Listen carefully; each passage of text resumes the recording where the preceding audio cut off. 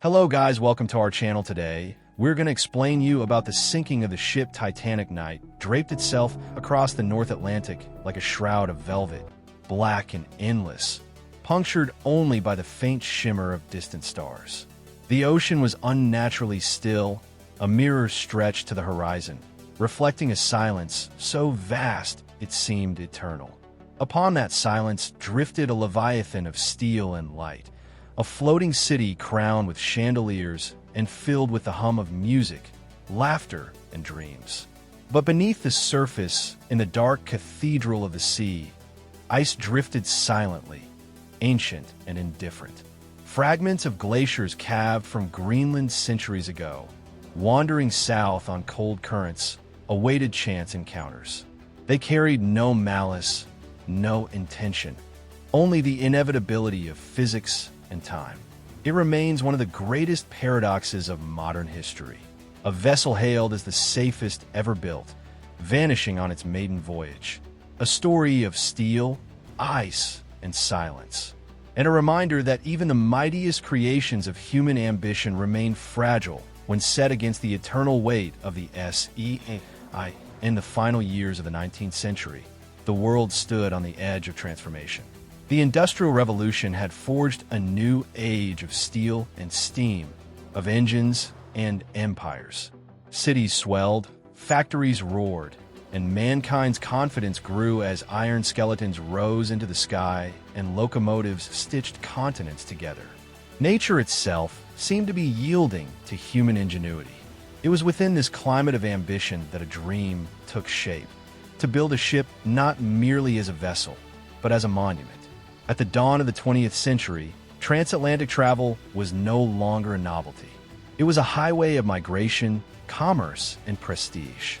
To dominate that highway was to hold a symbol of power in an age defined by spectacle. The rival lines, Cunard and White Star, battled not only for passengers, but for a claim to human progress itself. The Titanic, the crown jewel of this trinity, was conceived as both a marvel of luxury and a fortress of safety. She measured nearly 270 meters from bow to stern, longer than the tallest skyscraper of her age was high. Her hull, plated with steel nearly an inch thick, was divided into 16 watertight compartments, each separated by mighty bulkheads. In theory, she could float even if 4 of these compartments were breached. Designers whispered that she was unsinkable. Newspapers echoed the claim, and the public believed it.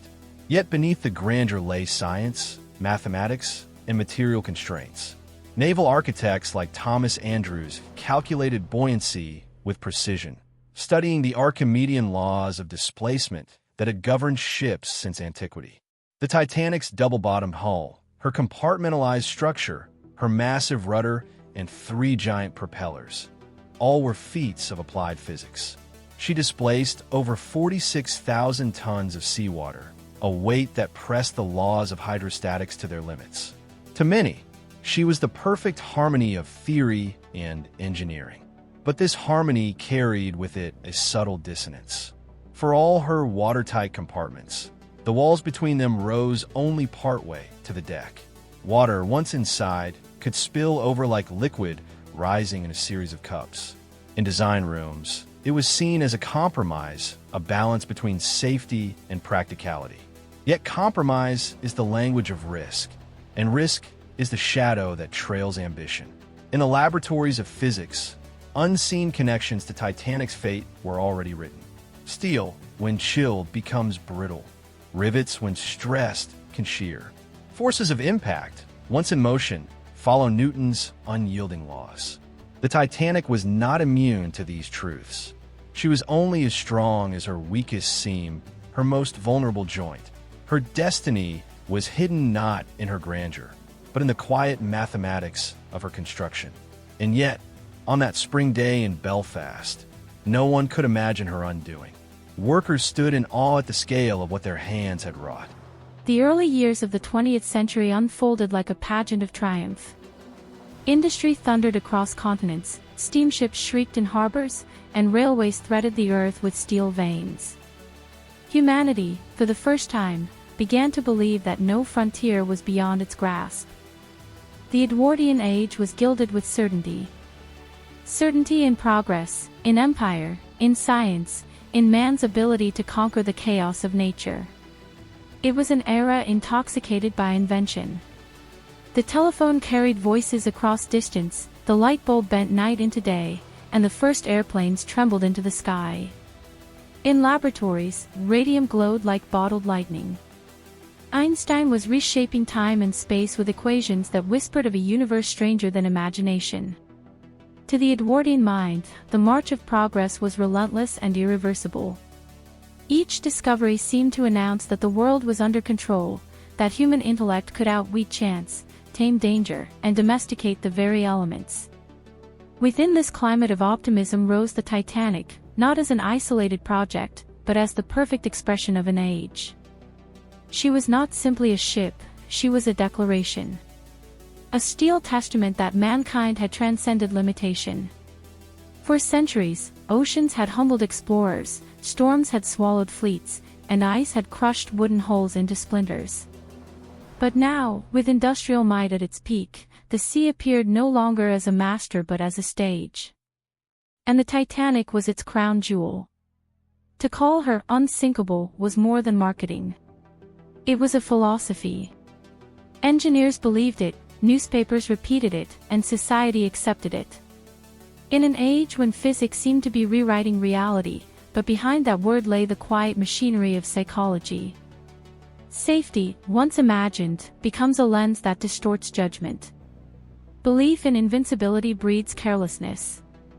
This is the paradox of hubris. The stronger the illusion of control, the more fragile the truth becomes. The Titanic's myth of unsinkability did not just shape her image, it shaped her fate. The Edwardian elite, who would fill her first-class cabins, embodied this confidence. They were bankers, industrialists, politicians, men and women who carried with them the assumption that civilization was on an unstoppable ascent.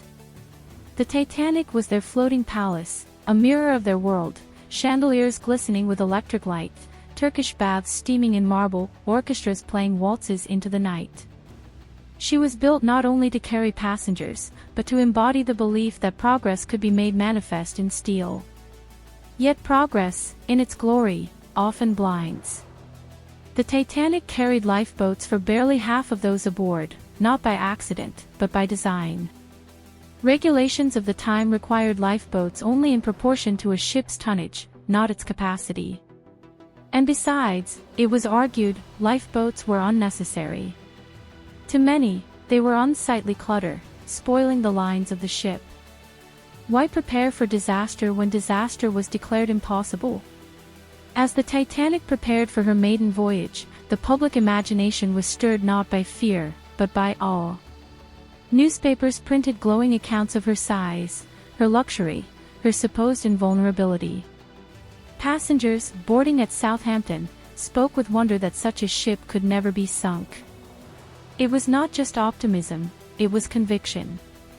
Even as iceberg warnings crackled across telegraph wires, they were dismissed as trivialities. What could a fragment of ice do against 60,000 tons of steel? The Titanic, for all her magnificence, was bound to these forces. She floated because of Archimedes' principle, not because of human pride. She moved because steam expanded in pistons, not because of destiny. She was subject to Newton's laws of motion, to the brittleness of steel under cold, to the unforgiving geometry of impact. Her grandeur could not protect her from physics. The Titanic was a triumph. The Titanic was a tragedy. But above all, the Titanic was a mirror, reflecting an age intoxicated by its own brilliance, unable to see the abyss waiting ahead. On the morning of April 10, 1912, a hush of anticipation lingered over Southampton's harbor. The air was tinged with coal smoke and sea spray, the dockside alive with the shuffle of footsteps, the cries of porters, and the distant hiss of steam escaping valves. Along the quay loomed a structure so immense it seemed to eclipse the sky itself, the RMS Titanic, her black hull rising like a wall of iron, her funnels painted in the White Star Line's proud buff yellow. She did not sit upon the water so much as dominate it, her decks bristling with cranes, lifeboats, and rails that stretched into perspective. For those who gathered to see her, she was not merely a vessel, she was a spectacle, a leviathan poised for her first crossing. The Titanic's departure was more than a maiden voyage. It was a ritual, a performance of modernity. Her gangways became a threshold between old worlds and new, as passengers filed aboard with trunks, steamer cases, and dreams. For the wealthy, this was a voyage of indulgence. For the poor, it was a passage toward hope. The ship was a paradox of society afloat, carrying within her steel shell both the grandeur of empire and the quiet desperation of migration. The classes afloat on her upper decks, first-class passengers arrived in carriages and motorcars, their names already immortalized in newspapers. Among them were John Jacob Astor IV, one of the richest men in America, traveling with his young bride, Benjamin Guggenheim, heir to a mining fortune, Isidore and Ida Strauss, owners of Macy's department store. They were accompanied by aristocrats, financiers, artists, and industrialists, the architects and beneficiaries of the new century's wealth. For them, Titanic was not transport, but theater. The voyage itself was an extension of their status, her gilded dining rooms and smoking lounges designed as stages for their presence. Below, in second class, were professionals, teachers, clerks, and tourists. And deep within the ship, in steerage, third-class passengers crowded into simple bunks and narrow corridors.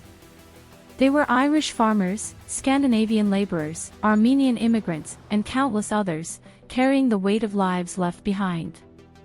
Their tickets were one-way promises of reinvention. To them, Titanic was not a palace, but a vessel of deliverance, carrying them across the Atlantic toward Ellis Island and the dream of America. The ice warnings the Titanic was making good time, averaging over 21 knots.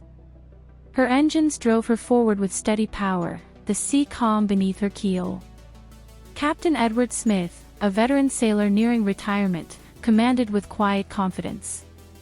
To him, the voyage was routine, the dangers minimal. He had navigated the North Atlantic countless times, and never had disaster touched him. His reputation was solid, his composure unshaken. Yet the warnings grew.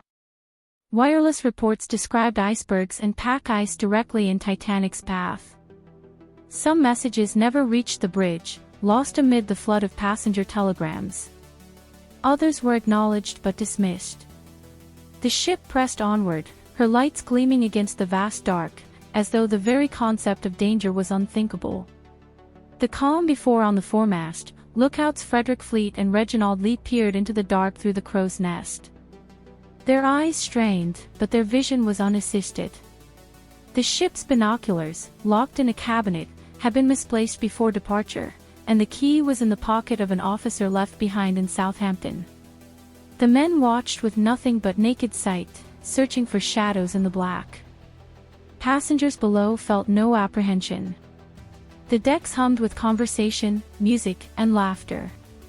Couples strolled, children played, and stewards carried trays of drinks through salons. In the smoking rooms, cigars glowed like embers, the air thick with the scent of tobacco. In third class, songs echoed through corridors, accompanied by fiddles and clapping hands. Life aboard Titanic was vibrant, oblivious, wrapped in the illusion of safety. The night of April 14, 1912, unfolded with a deceptive calm. The North Atlantic lay beneath a canopy of stars so vivid that passengers later spoke of the heavens as a dome of crystal, the constellations gleaming with unnatural clarity. No moon lit the waves. The sea, so often restless, lay glass-like, a black mirror stretching in all directions, reflecting only the cold shimmer of starlight. It was a night suspended, timeless, as though the world itself had paused in anticipation. At 11:30 p.m., on the Titanic's foremast, lookouts Frederick Fleet and Reginald Lee kept their vigil. The crow's nest was cold, the wind biting through their coats. Their eyes strained into the abyss, searching for the pale glimmer of ice against the horizon. Yet this sea betrayed them with its stillness. Without waves breaking against obstacles, an iceberg revealed no warning. It loomed silent and invisible, an assassin cloaked in the night. And in the ship's locked cabinet, the binoculars that might have aided them remained unreachable, the forgotten key carried by an officer left ashore. Below, the Titanic surged westward at more than 22 knots. Her engines pulsed with steady rhythm, pistons and turbines driving her through the Atlantic darkness. The ship's passengers were scattered across her decks and cabins, each living in ignorance of the minutes that ticked away toward catastrophe. In first-class smoking rooms, gentlemen lingered over brandy and cigars, their conversations flowing beneath a haze of smoke. In third-class cabins, children drifted to sleep, rocked gently by the motion of the ship, while their parents whispered of the new lives awaiting them in America. Musicians packed their instruments, the last notes of evening melodies fading into silence. The watchers in the dark at 11:39 p.m., Frederick Fleet narrowed his gaze. Something broke the horizon, a smudge of black upon black, a looming shadow that swallowed the stars behind it. At first it seemed unreal, a distortion of sight, a phantom. But as the seconds passed, its shape became unmistakable, a jagged mass, darker than the night itself, towering above the sea. On the bridge, First Officer William Murdoch reacted with instinctive precision. His orders came sharp and immediate, hard a starboard. The helmsman spun the wheel, muscles straining against resistance. Full astern. Murdoch shouted, signaling the engine room to reverse the great propellers. The commands traveled into the depths of the ship, where engineers scrambled to obey, levers thrown, valves turned, steam redirected.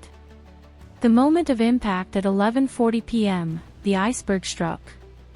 The collision was not a thunderous crash, not the catastrophic explosion one might imagine. Survivors described it as a grinding, a vibration, a long, sinister tearing sound that shuddered through the steel.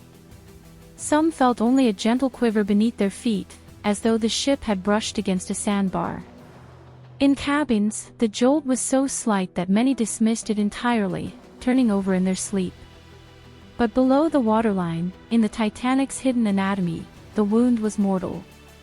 The iceberg's jagged spur raked along the starboard side, opening a series of gashes across 6 forward compartments. Steel plates buckled, rivets popped like gunfire, and seawater surged inward with relentless force. In less than a minute, 5 of the ship's watertight compartments were flooding. The Titanic had been designed to stay afloat with 4 breached. With 5, her fate was sealed. The unseen disaster in the boiler rooms, however, chaos erupted. Water surged waist-high within seconds, flooding furnaces and extinguishing fires.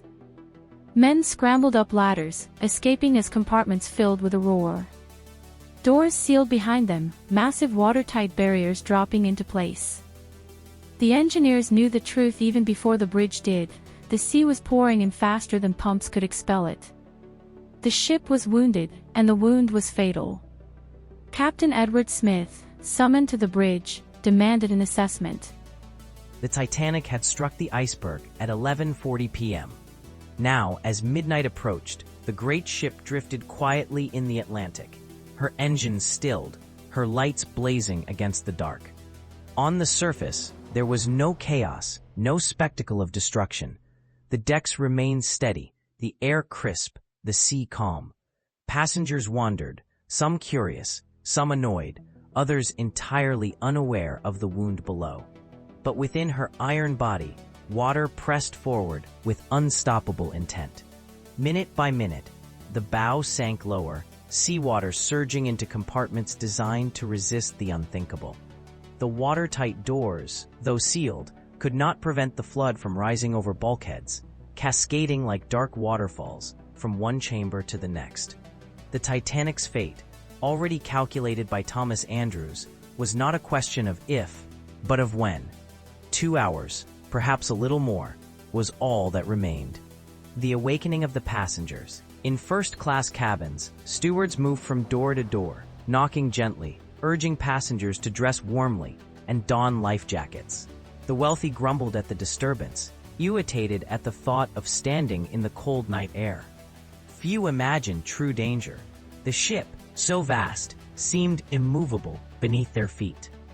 Many assumed it was merely precaution, a temporary delay. Women draped themselves in fur coats over silk gowns, fastening cork life jackets awkwardly over jewels and lace. Men slipped on heavy overcoats, annoyed but compliant. They emerged into corridors lined with electric light, polished wood gleaming, carpets unruffled. Nothing suggested catastrophe. In second class, confusion reigned. The messages were inconsistent, some stewards urging haste, others insisting all was well. Families gathered in corridors, uncertain whether to remain or move. Mothers soothed anxious children. Fathers demanded information. In third class, the situation was worse. Stewards, overwhelmed and uncertain, delayed informing many until precious minutes had passed. Language barriers compounded the confusion. Orders shouted in English to passengers who spoke Irish, Italian, Polish, or Swedish. Some attempted to climb upward, only to find gates locked, corridors blocked by barriers intended to enforce separation of classes under maritime law. The sea was rising beneath their feet, and still many did not know. The calm of the decks. On the boat deck above, the scene was deceptively serene. Lifeboats lashed to davits swung slowly out over the water, their ropes creaking in the stillness. Officers moved with practiced discipline, uncovering boats, organizing crews, calling for passengers. Yet the air carried little urgency. Few passengers approached. The Titanic, so solid, so brilliantly lit, inspired not fear, but disbelief. Captain Smith, his face pale, moved among his officers with quiet authority. He knew the truth. The ship was doomed. Yet to reveal it too openly risked panic. His orders were calm, deliberate. Women and children first, lifeboats prepared, distress rockets fired. The Marconi operators tapped desperately into the ether, their signals crackling across the Atlantic. CQD, SOS, Titanic sinking, require immediate assistance.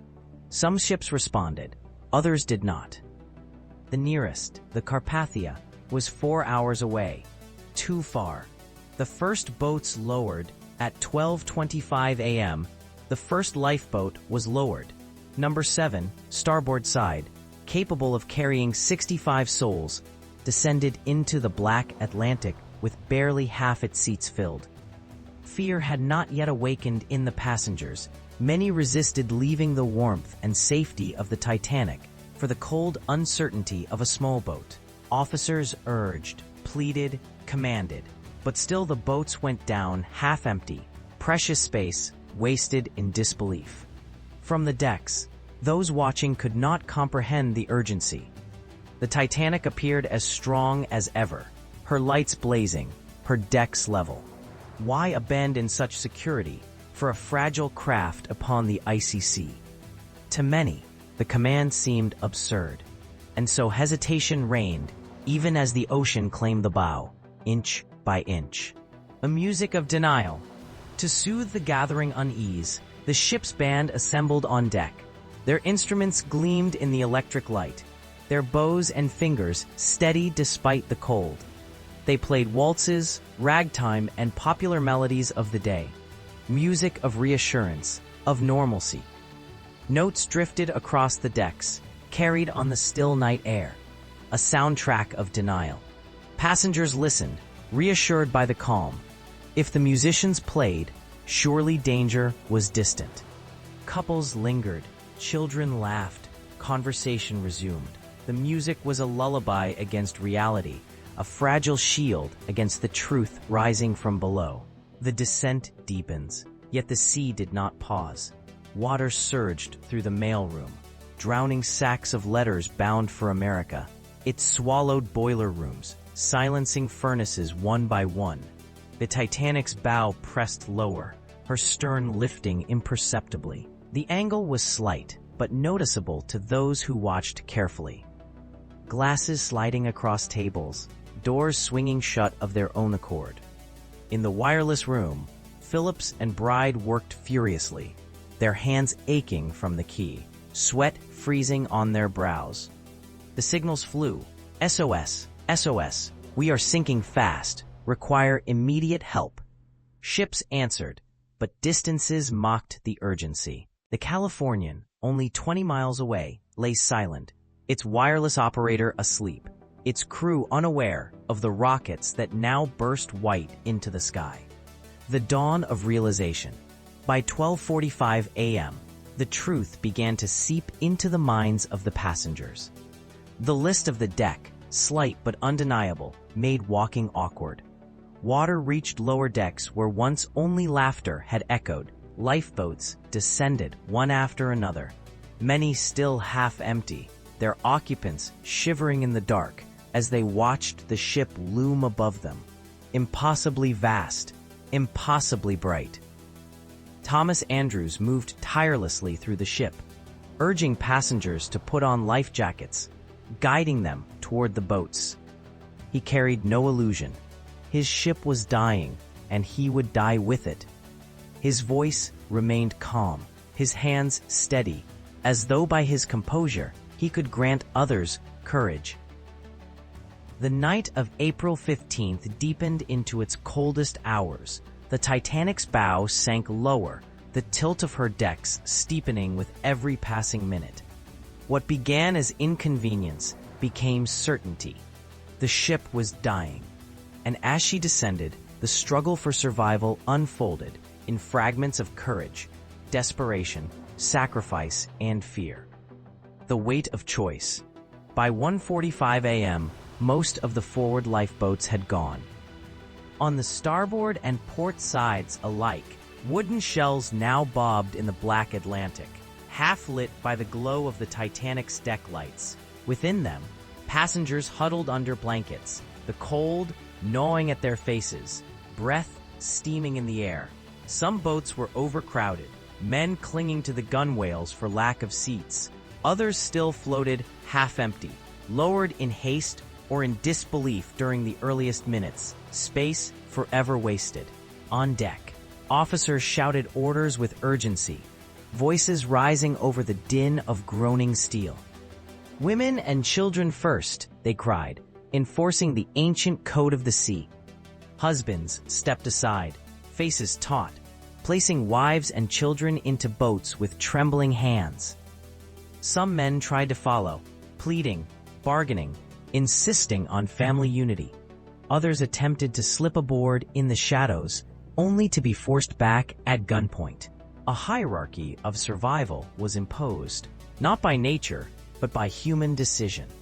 For many, the choice was unbearable, to part from loved ones, not knowing if reunion would ever come. Mothers clutched infants, sobbing as they were lowered away from fathers left behind. Young wives protested, refusing to go without husbands. In some cases, officers relented. In others, separation was final. The decks became a theater of humanity's most painful choices. The crowded boats. In the lifeboats, survival itself was uncertain. They drifted upon the vast Atlantic, small specks of wood and rope against an endless sea. The cold was merciless, the temperature barely above freezing. The water itself, at -2 degrees Celsius, would kill a man in minutes. Passengers wrapped themselves in whatever garments they had brought, pressing close for warmth, their bodies trembling with the violence of the cold. The sea was calm, eerily so, but that calm magnified their vulnerability. They were suspended between the living and the dying, watching from afar as the Titanic loomed above them, lights still blazing, decks still crowded. Some wept openly, their cries carried across the water. Others sat in silence, unable to look away from the ship that had been their world only hours before. The music continues aboard the Titanic. The band still played. Their music, drifting across the cold night, was heard by those in the lifeboats as faint strains carried by the wind. Survivors later remembered the hymns, "Nearer, My God, to Thee," or perhaps "Autumn," the details blurred by trauma, but the essence unmistakable. a soundtrack of courage against despair. The musicians knew their fate, yet they played on, their instruments trembling in frozen hands. They became symbols of defiance, of dignity, offering calm as the ship's hourglass emptied. In the boats, survivors wept at the sound, the music binding them to the ship, even as they drifted away. The lock of class and fate below. In the lower decks, third-class passengers fought a different battle. For too long, they had been delayed by locked gates, their escape routes narrowed by design. Now, with water rushing upward, panic erupted. Families stumbled through rising floods, children clinging to parents, voices crying out in dozens of languages. Some reached the upper decks, only to find lifeboats gone, their chance squandered by minutes of neglect. Others never emerged, swallowed by the labyrinth of corridors as the Atlantic surged. This, too, was part of the struggle, not only against the sea, but against the structures of class and law that defined who reached the boats, who climbed the ladders, who lived to see another dawn. The Titanic's hierarchy mirrored society's divisions, and in her final hours, those divisions sharpened into matters of life and death. Acts of sacrifice yet amid despair. Stories of sacrifice shown. Isidor Strauss, co-owner of Macy's, refused a seat offered to him, unwilling to leave, while other men remained aboard. His wife Ida chose to stay with him, declaring she would not be separated after a lifetime together. "We have lived together for many years," she said. "Where you go, I go." They remained on deck, arm in arm, until the sea claimed them both. Benjamin Guggenheim, another wealthy passenger, dressed himself in evening clothes, declaring he wished to go down as a gentleman. He gave his lifebelt to a steward, saying, "Tell my wife I played the game straight." He and his valet sat calmly in chairs, prepared for the inevitable. Such moments did not diminish the tragedy, but they offered fragments of grace amid collapse. In the struggle for survival, not all fought. Some surrendered with dignity, their choices etching themselves into legend. The final boats. By 2 a.m., only a handful of lifeboats remained. Officers struggled to maintain order as desperation grew. Passengers surged forward, voices raised, arms outstretched. Officers fired revolvers into the air, warning back the crowd. The last boats were lowered in haste, some nearly overturned in the process. 1. Collapsible Boat C. Departed with officers and a scattering of men. Among them, Bruce Ismay, chairman of the White Star Line, his survival forever stained by accusations of cowardice. On the port side, collapsible Boat D was filled with women and children, lowered away as the bow dipped deeper. At the very end, 2 collapsible boats, lashed atop the officers' quarters, were hastily cut free. One drifted away upside down, later serving as a raft for men who clung to its overturned hull. When the last boat pulled clear, more than 1,500 souls remained aboard the Titanic. They stood upon her decks, watching the diminishing lights of the lifeboats, knowing with absolute clarity that no escape remained. The sea claims its own. The struggle for survival entered its cruelest phase. For those still aboard, choices were stripped away. Some prayed aloud, voices raised in hymns. Some embraced loved ones, clinging to each other against the cold. Others leapt into the sea, desperate for even a chance, their bodies swallowed instantly by freezing water. The struggle was no longer to live, but to choose how to meet death, in defiance, in resignation, in prayer, or in silence. The clock approached 2:18 a.m. on April 15, 1912. The Titanic, once a triumph of human engineering, now stood on the threshold of silence. Her bow had long since disappeared beneath the black Atlantic, and her stern, rising higher and higher, loomed against the star-filled sky like a cathedral tilting into ruin. the ocean tightened its grip, pulling with unrelenting force. Within minutes, the largest moving object ever built by human hands would vanish completely. The stern's ascent, for survivors adrift in lifeboats, the sight was surreal. A ship half submerged, her stern towering like a skyscraper, lights still flickering against the heavens.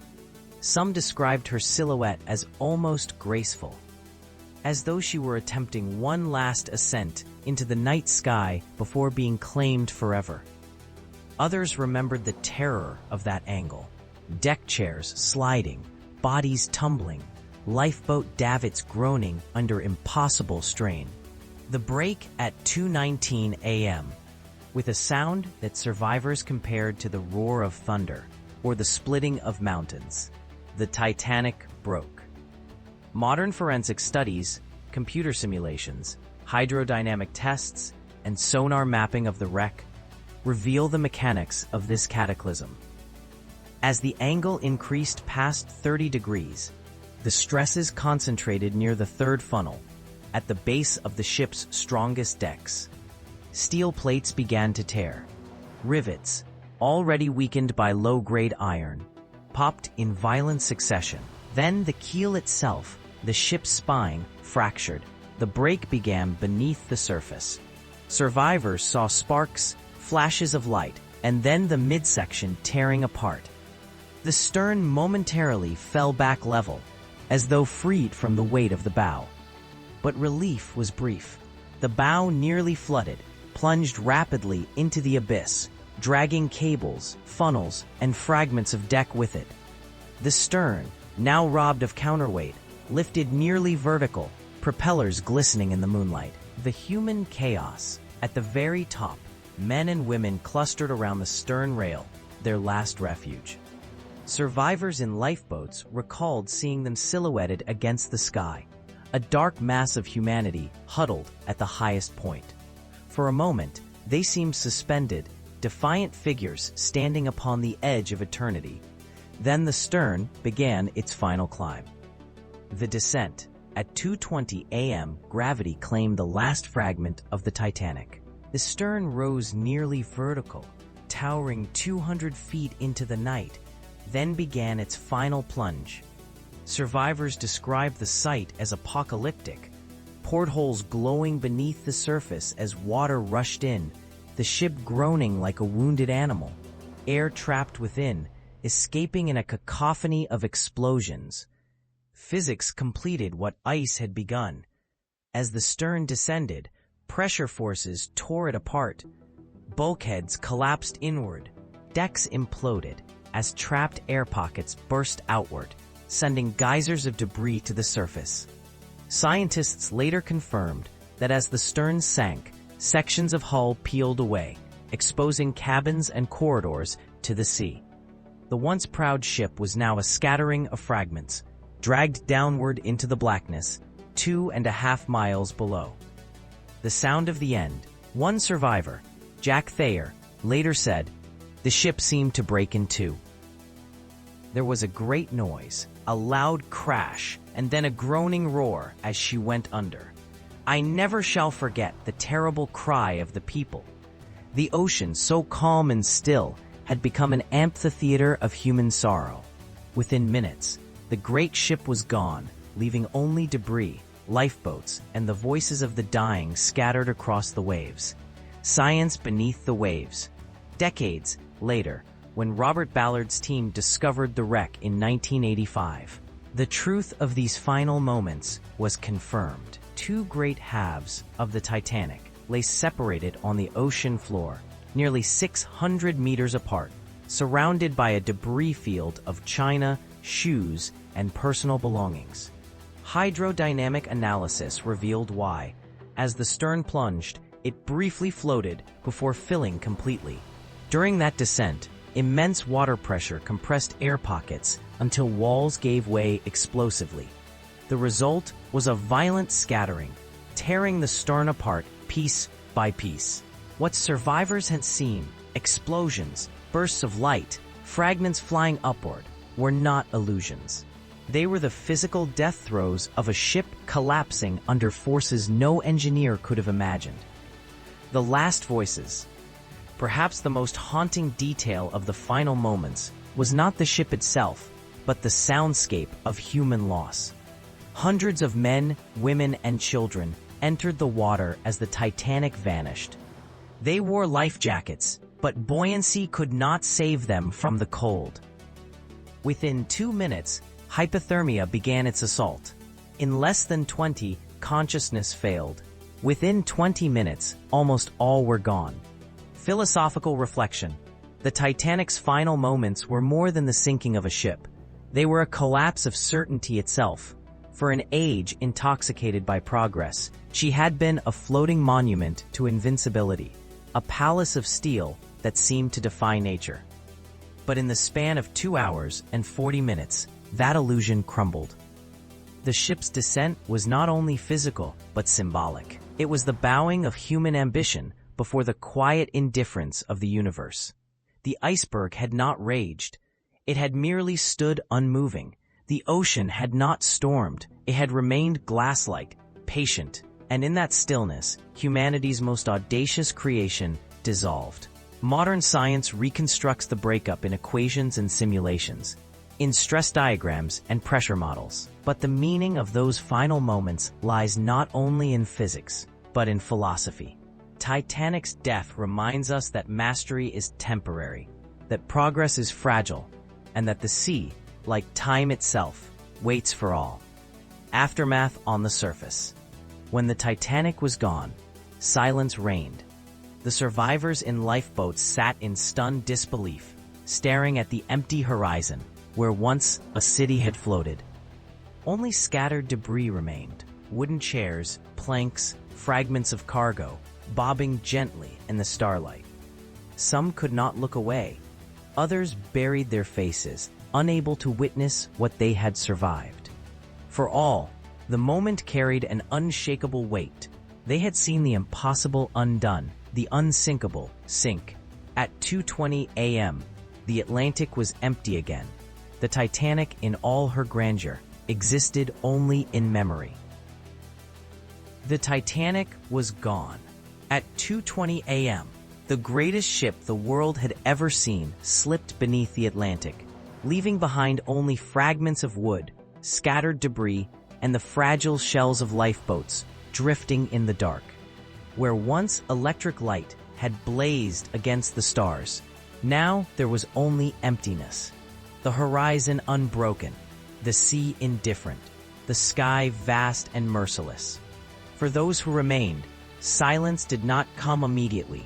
It arrived in waves, carried on voices, then fading into nothing. The chorus of the dying. At first, there was sound. Terrible, unearthly sound. Hundreds of men, women, and children had been flung into the freezing ocean as the ship went down. Their life jackets kept them afloat, but the water itself was the executioner. At -2 degrees, colder than ice, yet liquid by salt, the Atlantic bit into flesh with ferocity. Survivors in the boats remembered the cries. A vast chorus of voices rose into the night, each one crying for help, for rescue, for salvation. Some shouted names, calling for loved ones swallowed by the dark. Others prayed aloud, their words mingling into the din.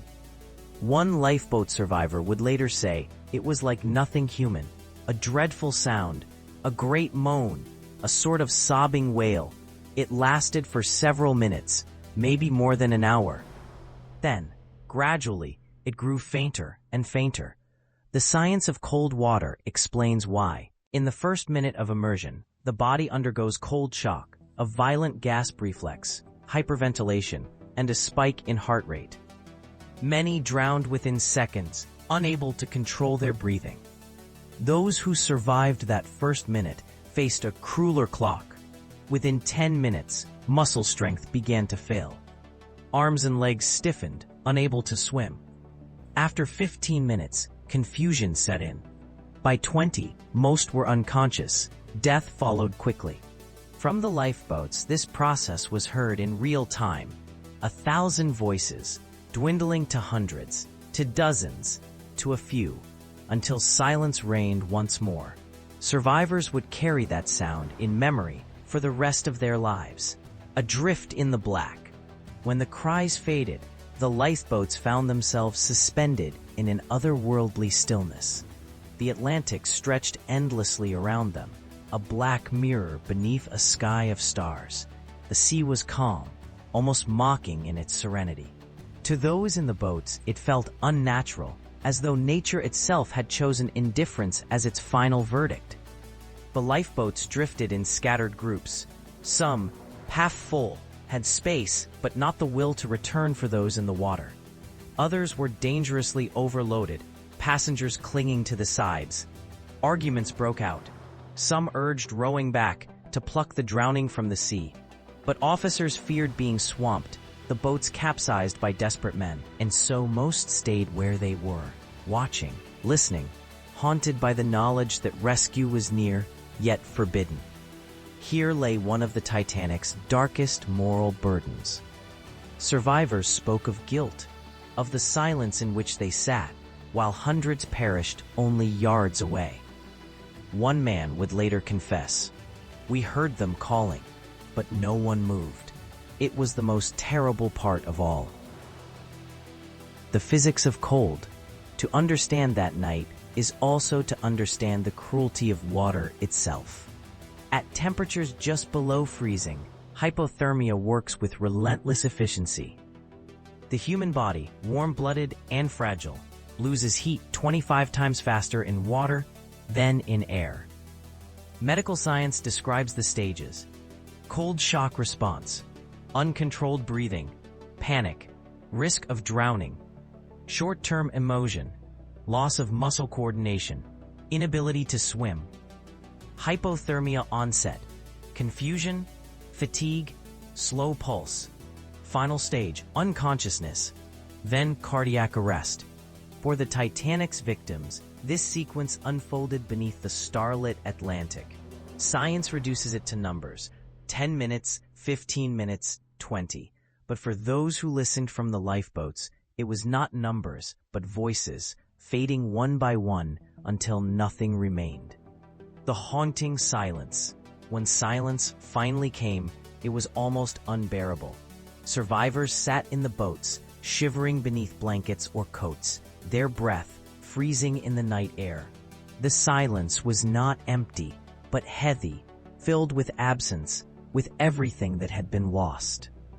It pressed upon them like weight, making the stillness itself a form of torment. In that silence, the mind filled the void. Some survivors replayed the cries they had just heard, unable to silence them. Others stared at the horizon, disbelieving, waiting for the Titanic's lights to reappear, certain it had been a nightmare. But the sea remained black, and the ship was gone. The philosopher might say, silence is not nothing, but a presence. It is the memory of sound, the echo of absence.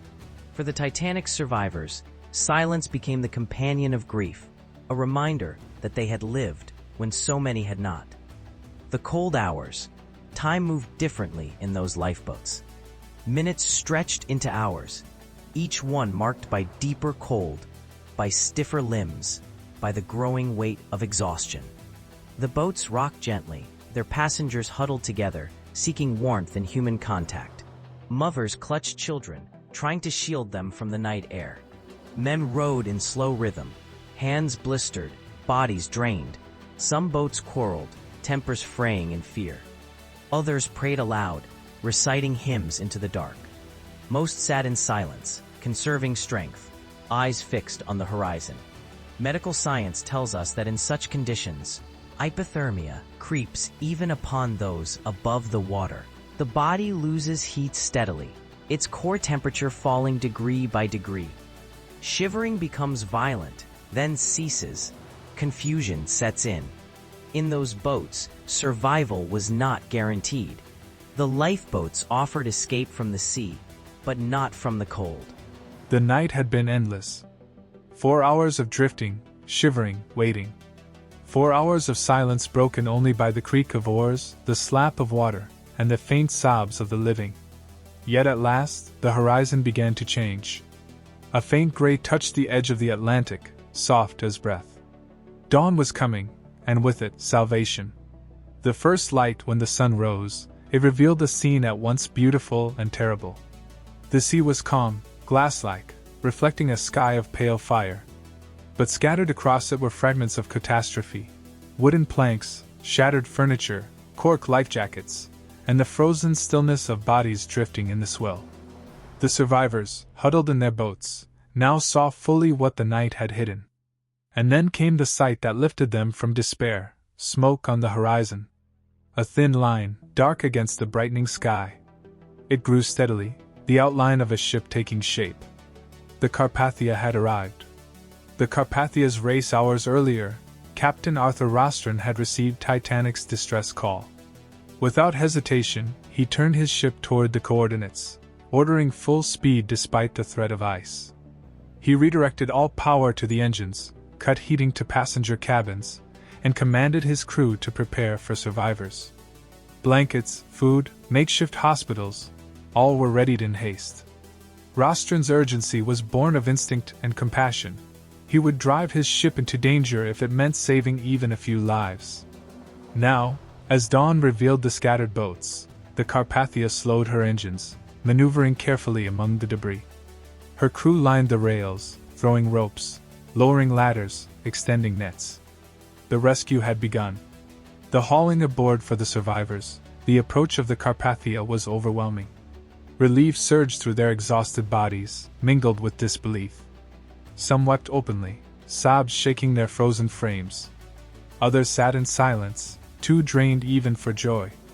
Hands reached upward as sailors leaned down, hauling men, women, and children onto the deck. Mothers passed infants into waiting arms.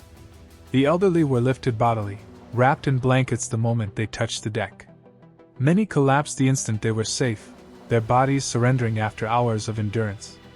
Some kissed the deck, overcome with gratitude. Others searched frantically for loved ones, eyes scanning every face, voices hoarse with names. The Carpathia's crew worked tirelessly. They offered hot drinks, dry clothing, and comfort. Survivors staggered below deck into cabins transformed into hospitals. Doctors tended frostbitten fingers, hypothermic bodies, and shock-stricken minds. Nurses wrapped trembling children, murmuring words of comfort. The ship became not just a vessel but a sanctuary, a fragile refuge against the immensity of loss. The unclaimed spaces, but as lifeboat after lifeboat was emptied, a grim truth emerged. Many were not full. Some had left Titanic half empty, space wasted in panic and confusion. Where there should have been hundreds more survivors, there were none. The Carpathia's crew counted heads. In total, just over 700 souls had been saved. More than 1,500 were gone. Psychologists today call this survivor's guilt, a burden carried by those who live when others perish. Studies of trauma show that such guilt can echo for decades, shaping memory and identity. On the Carpathia, it took root immediately. Many survivors confessed later that joy at being saved was tempered by sorrow so deep it could scarcely be spoken. Captain Rostron's resolve amid the grief, Captain Rostron remained steady. He ordered a search of the debris field, hoping against hope that more might yet be saved. Sailors scanned the water for movement, for signs of life. But the bodies they found were still, claimed by the cold. Rostron made the decision to cease, turning his ship toward New York. The living needed care, and the dead could not be recovered. Life on the Carpathia in the hours that followed, the Carpathia became a world of contrasts. In one corner, children cried for parents who would never come. In another, mothers wept with relief at holding their infants safe. Some passengers sat in silence, staring blankly, too numb for tears. Others clung together in groups, whispering prayers of thanks or grief. Survivors were given berths in cabins vacated by the Carpathia's own passengers, who offered clothing and food. Yet nothing could warm the deeper chill, the absence, the knowledge of what had been lost. Survivors spoke in fragments, sharing stories of courage and sacrifice, of last words spoken on the Titanic's decks.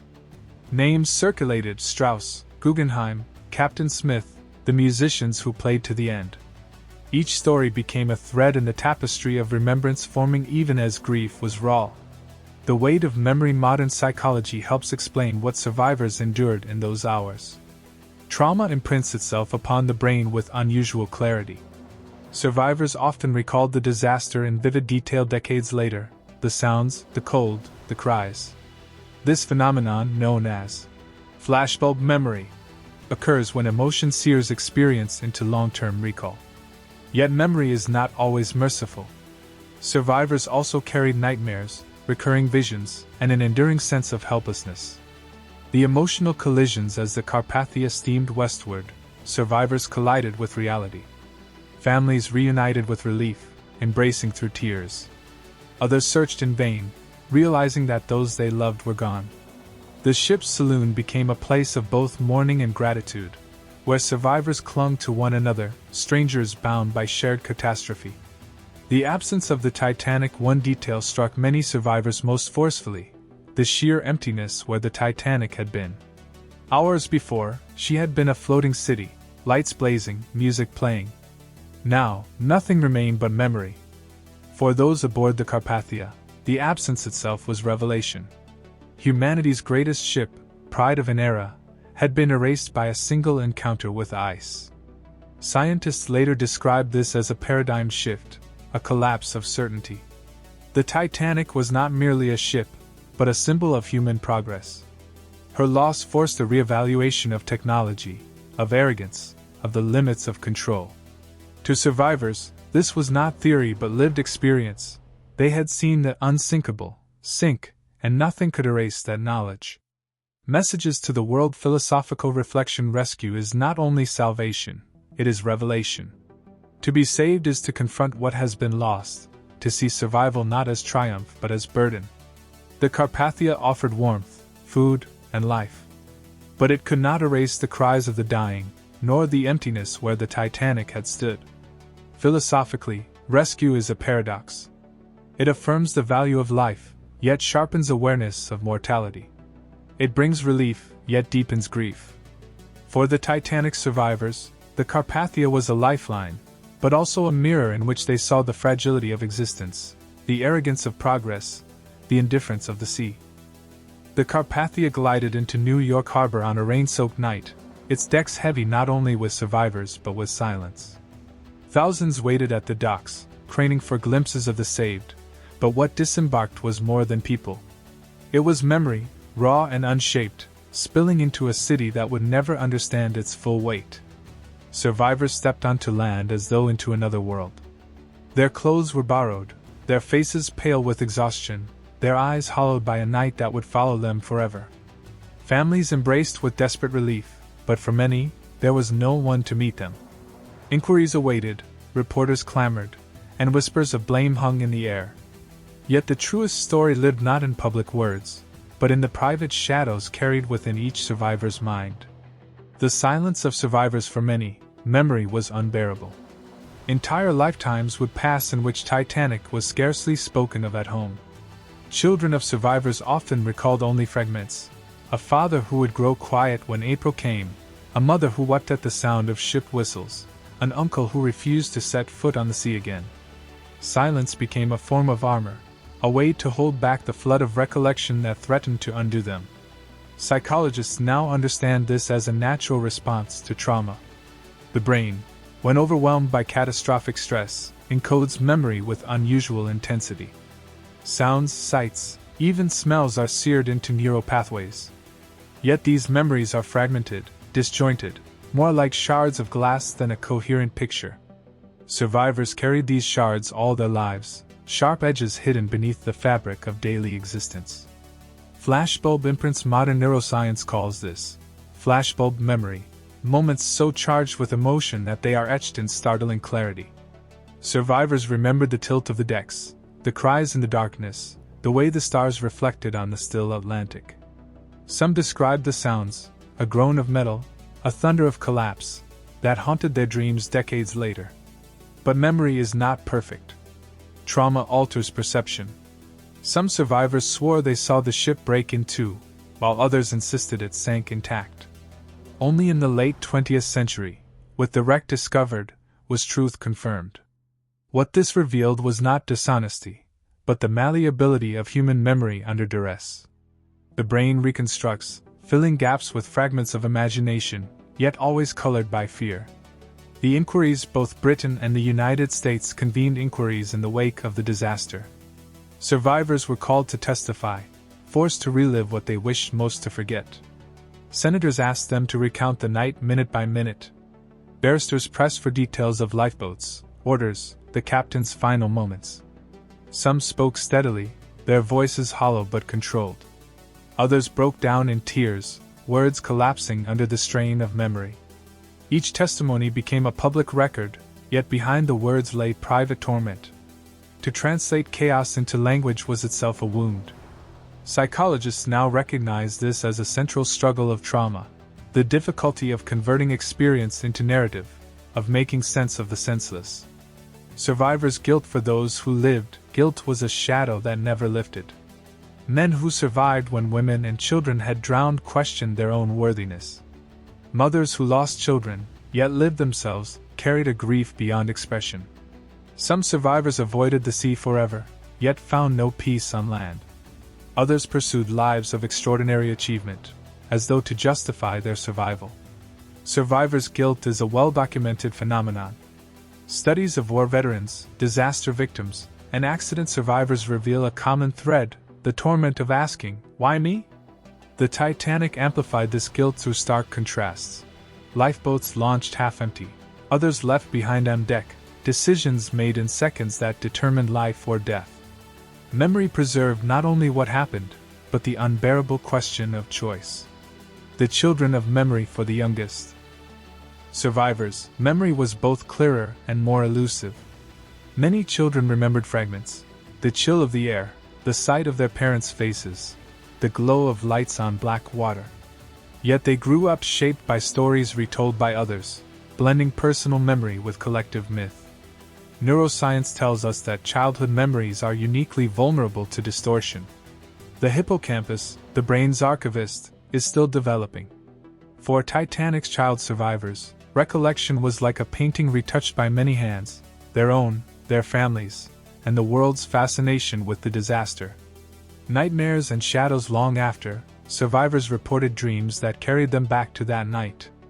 Cold water rising in bedrooms. The sound of breaking steel echoing through sleep. Faces of the lost appearing unbidden. Some experienced what today we call post-traumatic stress disorder, though the term did not exist in 1912. They startled at loud noises, panicked in crowds, and avoided reminders of the sea. One stewardess spoke of never being able to hear the hymn, "Nearer, my God, to Thee," without trembling. A passenger confessed that every April, his body felt the chill of the Atlantic no matter where he was. Trauma, science shows, is not bound by time. It echoes in the nervous system, imprinting fear into the body itself. Memory becomes monument as decades passed. The memory of Titanic grew beyond the survivors themselves. It became legend, history symbol. Films, novels, and memorials transformed private suffering into collective story. Yet within this legend, the weight of memory remained heaviest on those who had been there. They were living archives, called upon to recount their experiences again and again, sometimes against their will. For some, this public remembrance offered healing, the chance to honor the dead, to ensure their loss was not forgotten. For others, it reopened wounds, turning personal trauma into spectacle. The Titanic was not only a shipwreck but a paradox of memory, both deeply personal and endlessly public, both intimate and mythic. The neuroscience of trauma, modern imaging of the brain, reveals how trauma shapes memory. The amygdala, seat of fear, burns the experience into permanence. The hippocampus, responsible for organizing memory into narrative, often falters under stress, leaving fragments unintegrated. This is why survivors recalled moments in piercing detail yet struggled to weave them into coherent story. The result is memory that is vivid but broken, unbidden yet inescapable. For more than 70 years, Titanic lay undisturbed in darkness. A city of steel entombed in silence, resting 2.5 miles beneath the surface of the North Atlantic. No sunlight reached her decks, No sound disturbed the silt that gathered over her bones. The greatest ship of her age had become a ghost, her very location unknown. For decades, the ocean guarded its secret. Families mourned without graves.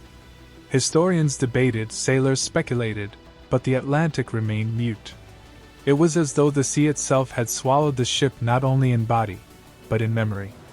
Yet the human spirit is not content with forgetting. The wreck became an obsession, a white whale for scientists, explorers, and dreamers. Finding Titanic was not merely a question of archaeology. It was an act of reclamation, of lifting history from myth, of proving that even the deepest waters could not conceal the truth forever. The search begins in the years immediately after the disaster. Technology had no means of reaching Titanic's grave. The ocean beyond 12,000 feet was an alien world, impenetrable and unknown. The first sonar would not be developed until the Second World War. The first deep-diving submersibles would not emerge until the 1960s. For half a century, Titanic remained beyond reach, her coordinates uncertain, her story preserved only in testimony and imagination. But the allure never faded. Expeditions were mounted as soon as technology gave a hint of possibility. In the 1950s and 60s, sonar sweeps were attempted, but the ocean floor proved too vast, the signal too imprecise. The wreck eluded every effort, as though determined to remain hidden. It was not until the Cold War that a breakthrough came. Advances in deep-sea exploration, funded by military necessity, created new tools: high-resolution sonar, unmanned submersibles, cameras that could withstand the crushing pressure of the abyss. Titanic's grave, once unreachable, was now within human grasp. Robert Ballard's mission. The decisive moment came in 1985. An American oceanographer, Robert Ballard, working with French engineer Jean-Louis Michel, embarked on an expedition to search for Titanic. Officially, the mission was presented as a scientific endeavor. Unofficially, it was tied to a secret. Ballard was using U.S. Navy technology developed for locating lost submarines. Once those missions were completed, he turned the equipment toward Titanic's coordinates. For weeks, the search team swept the seabed with sonar, combing an area the size of a small country. Tension mounted with each passing day. The ocean floor at that depth was an endless desert, ridged with dunes of silt, scattered with rocks, but offering no sign of the lost ship. Then, in the early hours of September 1, 1985, a camera transmitted a grainy image, a boiler, massive and unmistakable. Soon more pieces appeared, debris scattered like breadcrumbs across the seafloor. And then, looming out of the dark, the bow itself came into view. Titanic had been found. First sight in 73 years, the world awoke to headlines that stunned imagination. For the first time in 73 years, humanity had glimpsed Titanic again. Photographs showed her bow rising from the seabed, still regal in its proportions, though cloaked in rust and silt. The ship that had vanished in myth was suddenly real again, her presence undeniable. For the scientists, the discovery was exhilarating, but also sobering. The wreck was not intact. Titanic had split in two, her bow and stern separated by half a mile of seabed. Around them stretched a field of debris, china, shoes, furniture, even unopened champagne bottles.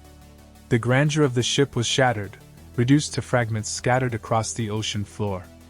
Yet amid the ruin, there was beauty. Anemones clung to rusted steel. Strange bacterial colonies thrived in the iron, creating formations of rusticless that dripped like icicles from beams and railings. Life had found a way to colonize even this graveyard of steel. Into the abyss in the years that followed, manned submersibles descended to the wreck. For the first time, human eyes looked directly upon Titanic since that April night in 1912. Pilots described the approach as otherworldly, the seabed rising from darkness, then suddenly the colossal bow emerging, its anchor chains still draped, its railings twisted but recognizable. Inside, cameras peered into the grand staircase, now collapsed but haunting in its outline. Bedrooms, dining rooms, and corridors appeared like ruins of a sunken palace. Porcelain dishes lay in neat stacks, untouched. shoes rested in pairs, silent markers of those who once wore them. Exploration was not without peril. At 12,500 feet, the pressure is immense, nearly 400 times that at sea level. A single flaw in a submersible's hull would mean instant death. Yet explorers persisted, driven by a mixture of science and reverence. Each descent was both expedition and pilgrimage. Science of decay. The wreck revealed not only history but biology. Scientists studied the iron-eating bacteria that feasted on Titanic's hull. These microbes produced the rusticless that gave the wreck its eerie beauty but also ensured its slow destruction. Estimates suggest that within a century, perhaps less, Titanic will collapse entirely into the seafloor, reduced to a brown stain of iron oxide. Forensic analysis of the wreck also clarified the mechanics of her sinking. The bow, filled with water, had plunged first, embedding deep in the mud. The stern, wrenched upward, had broken off, twisting as it fell. Damage patterns on the steel showed how stresses had torn the ship apart. Questions debated for decades were finally answered by the silent testimony of the wreck itself. The world reacts when the first images were broadcast. They struck the public like revelation. Generations had grown up with Titanic as myth, a story half legendary. Now there she was, lying on the seabed, vast and broken yet unmistakably real.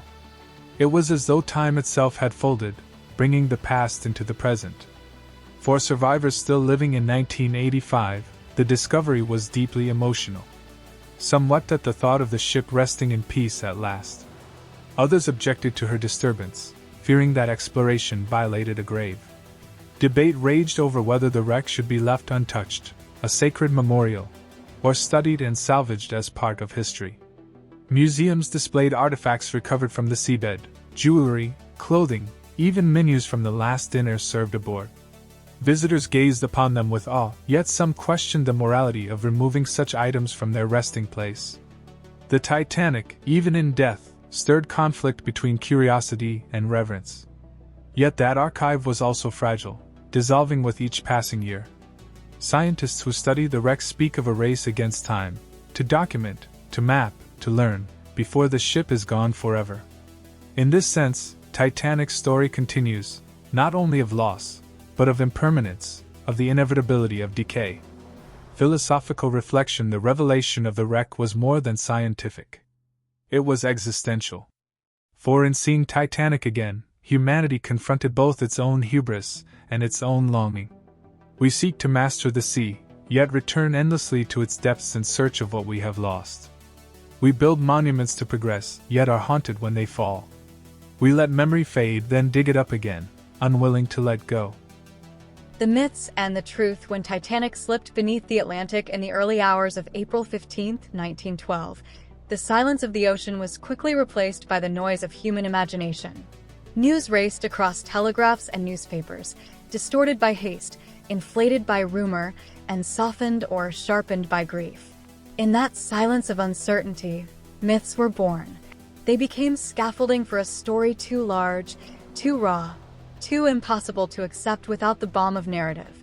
From the very first morning, the tale of an unsinkable ship undone by an iceberg was framed not merely as accident but as allegory. Headlines called it the death of arrogance, a punishment for human pride. Some spoke of it as divine retribution, echoing the Tower of Babel, a monument of ambition cast down. In the parlors of London, in the cafes of New York, in every port and village that had sent sailors to sea, the sinking became not just a disaster but a sermon. Yet the truth was more ordinary, and perhaps more unsettling. It was not hubris alone, but a sequence of human decisions, technological limits, and natural indifference. The radio operators had missed warnings. The binoculars had been misplaced. The lifeboats were too few. Icebergs did not care for pride. Physics does not heed morality. But myths, unlike facts, travel quickly. They painted portraits of men and women in broad, heroic strokes. The band that played until the end. Yes, they did play, but whether they played hymns or ragtime remains uncertain. The stoic captain who stood upon the bridge until the sea claimed him. Testimony differs. Some claimed he leapt into the ocean, others that he remained at his post. Myths distilled him into an archetype of leadership, unshaken until the final breath. Other stories darkened into villainy. J. Bruce Ismay, chairman of the White Star Line, survived, and for that survival he was cast as coward. Cartoons showed him sneaking into lifeboats dressed as a woman. In truth, he had helped load boats and eventually stepped into one half empty. But myth does not reward complexity. He became a scapegoat, an embodiment of betrayal. Even the ship herself was mythologized. Some early reports insisted she had not broken apart, but slid beneath the waves intact. Survivors swore to what their eyes had seen in the chaos of that night. For 70 years, the image of an unbroken hull sinking into black water persisted. Only in 1985, when Robert Ballard's submersible cameras swept their lights across the seabed, did the truth emerge. Titanic lay in two vast pieces, separated by 600 meters of debris. The ship had torn itself apart under the forces of the sea. The discovery of the wreck unraveled other legends. Some had believed Titanic turned as if to avoid the iceberg at the last moment, sparing one side. The wreck revealed a long, jagged gash along her starboard bow, not a clean slice, but a rupture of seams, rivets, and plates. Science corrected imagination. The iceberg had not cut her like a knife, but pressed, buckled, and popped steel open like fragile tin. Other myths endured even in the face of evidence. The image of the ship as a glittering palace, full of dancing and champagne until the last instant, clings to public memory. In truth, by midnight she was a place of fear, of crowded decks, of orders shouted and misunderstood. But legend transforms chaos into theater, where the doomed perform their parts with clarity and grace. Why do myths form so quickly around tragedy? Perhaps because the human mind resists randomness. Catastrophe without cause is unbearable. Catastrophe as punishment or parable is something we can understand. History shows this pattern again and again. When Vesuvius buried Pompeii in 79 AD, whispers said the gods had punished the decadence of Rome. When the Hindenburg ignited in 1937, some insisted sabotage, unwilling to accept that hydrogen and spark alone could destroy an airship. Disasters become stories, and stories become symbols, because symbolism gives grief a frame. Titanic's myths grew larger as decades passed. Films painted her hulls with gold and velvet, her passengers as saints and villains. Novelists wove romance into the ice-cold night. Each retelling layered new emotion onto the silence of the sea. And when survivors were still alive to watch their memories reshaped, many kept quiet. Some out of trauma, some out of weariness, some because myth had become easier than truth. Science tried to strip away the illusions. Expeditions mapped the wreck with sonar, counted every rivet, measured the angles of torn steel. Metallurgists studied samples, revealing brittle iron rivets that fractured under stress. Engineers reconstructed the collision, running computer simulations of how water rushed through compartments. Forensic analysis turned myth into data. Not a single 600-foot gash, but 6 small ruptures scattered along the hull. Not a slow, dignified slide, but a chaotic breakup under hydrodynamic pressure. And yet, even as truth clarified, the myths did not die. They exist alongside facts, like twin shadows of the same event. Because science can describe how, but myth answers why. In myths, Titanic is the hubris of empire punished. In truth, she was undone by steel too brittle, by a sea too cold, by human decisions too flawed. In myths, her story is a parable written in ice. In truth, it is a chain of physics and chance. And in that tension between legend and fact lies the enduring power of her story. The world does not only remember Titanic as wreckage on the seabed, it remembers her as metaphor, for ambition, for fragility, for the illusion of control. She is both steel and symbol, both truth and tale. And perhaps that is the destiny of all great disasters. The facts sink into archives, but the myths sail on, carried in song, in story, in cinema. Beneath nearly 4,000 meters of water lies the truth. Twisted steel, broken decks, a ship torn in two. But above the waves, in the minds of millions, Titanic sails eternally, not as she was, but as myth has made her. In the aftermath of Titanic's descent into the Atlantic, grief quickly gave way to inquiry. The world demanded answers. How could a vessel celebrated as the pinnacle of engineering collapse into ruin on its very first voyage? In London and Washington, hearings began, tribunals where survivors, officers, engineers, and experts were called to testify. It was not simply the loss of a ship at stake, but the credibility of an age intoxicated by its own progress. The inquiries laid bare the chain of decisions and designs that had led to tragedy. Titanic's watertight compartments, praised as innovation, did not extend high enough to prevent cascading flood. Her rivets, analyzed decades later with metallurgical science, revealed brittle iron prone to snapping under stress. Her lifeboat capacity, 20 for more than 2,200 souls, was not negligence alone, but compliance with outdated regulations written for smaller ships of another era. Compliance, it seemed, was not enough. The hearings exposed another truth. Human confidence had blinded judgment. Warnings of ice were received, acknowledged, but not heeded with urgency. Speed was maintained to make headlines in New York. The aura of unsinkable had dulled the edge of caution. When senators pressed officers on why binoculars were missing from the crow's nest, the answers seemed absurdly small compared to the immensity of loss. Titanic had been undone by both steel and psychology. From these ashes, reform emerged. In 1914, the International Convention for the Safety of Life at Sea (Celeste) was born. It mandated lifeboats for all, continuous radio watches, and drills that treated the sea not as conquered, but as respected. The International Ice Patrol was established, mapping the drifting giants of the North with vigilance.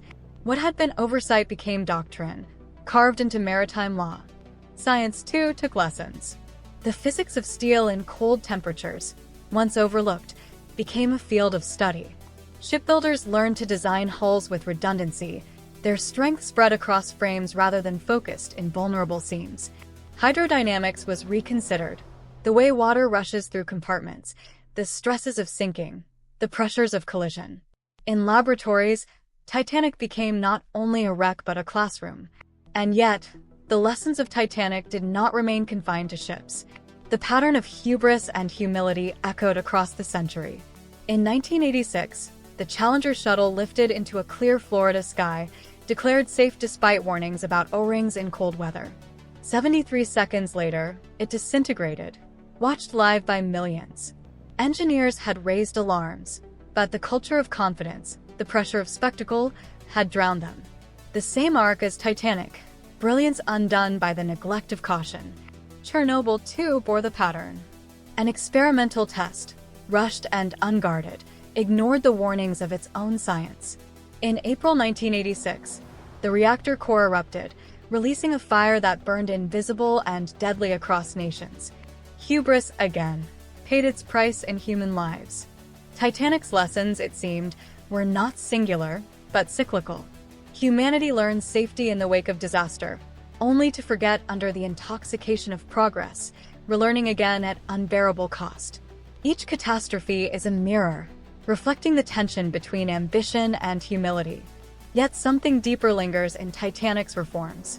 For it was not only regulations that changed, but imagination. Never again would a ship be called unsinkable.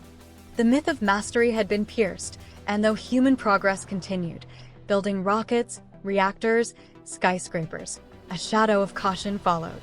Modern ships carry lifeboats enough for all, radios that never sleep, radar that sees where eyes cannot. Icebergs are tracked from satellites, their paths predicted by models of wind and current. Technology has grown immeasurably, but the philosophy of safety that emerged from Titanic endures. Assume failure, prepare for worst, respect the unforgiving. Still, even with safeguards, the ocean reminds us. In 2012, on the centennial of Titanic, the Costa Concordia struck rocks off Italy's coast. Passengers fled in chaos. The captain abandoned ship. 32 lives were lost. Investigations cited human error, poor drills, misplaced faith. A modern echo of an old truth. Technology cannot save when judgment falters. The story of Titanic's lessons is therefore not one of closure, but of vigilance. Steel taught humility. Ice taught respect. And from their union came a doctrine. Safety is not a final achievement, but a living process, paid for in vigilance and memory. Philosophically, these lessons remind us of the fragility of progress. Each invention, whether ship, reactor, or spacecraft, is not only a triumph of science but a gamble against error. The sea does not forgive design flaws. Gravity does not pardon overlooked O-rings. Radiation does not heed optimism. Nature is impartial, and only humility before its laws grants survival. Titanic remains the archetype of this eternal struggle. She was not merely a ship lost, but a teacher gained. A symbol etched not in steel, but in the protocols, laws, and cautious philosophies that followed. When modern captains chart courses through icy seas, when engineers test alloys for resilience in cold, when regulators demand redundancy in drills, all echo Titanic's lesson. But memory is fragile too. As generations pass, as disasters fade into documentaries and films, the urgency of their lessons softens. Hubris waits patiently, like an iceberg in dark waters, until vigilance drifts aside. Humanity must remember not only the beauty of Titanic, nor only the sorrow of her loss, but the weight of her teaching. Steel and ice, the two forces that met that April night, remain metaphors for human endeavor. Steel, our ambition, forged in furnaces of progress, shaped into monuments of pride. Ice, the silent patience of nature, ancient, indifferent, waiting. Their collision was no accident of fate, but an inevitability when confidence exceeds caution. The legacy of Titanic, then, is more than tragedy. It is a covenant written in the Atlantic, reminding every engineer, every captain, every dreamer that mastery is illusion, that safety is humility practiced daily. For in the end, the ocean has no memory of ships, but humanity does, and in that memory lies survival. The Atlantic is patient. It does not remember. Yet humanity does. More than a century after Titanic slipped beneath its surface, the ship still rises in memory, her shadow cast long across time. Few disasters in history have maintained such a grip on imagination, such an echo that refuses to fade. She has become not only a shipwreck but a mirror, a reflection of human fragility, ambition, and the stories we tell to survive what cannot be undone. In the decades after the sinking, survivors carried the first weight of remembrance. Some spoke endlessly of that night, retelling each moment as if by words alone they might tame its horror. Others kept their silence, unable to release memories sealed like ice in the heart. Lawrence Beasley, a second-class passenger, wrote one of the earliest accounts, a careful record of events shaped both by detail and by restraint. Margaret Brown, remembered as the unsinkable Molly Brown, became legend, her courage elevated by newspapers eager for heroes. But for many, memory was private, too heavy for public display. Survivors lived long lives afterward, some into the 1980s and 1990s. Yet when asked, their eyes often looked away, as though time had not softened the edges of that night. And so, society carried the memory for them.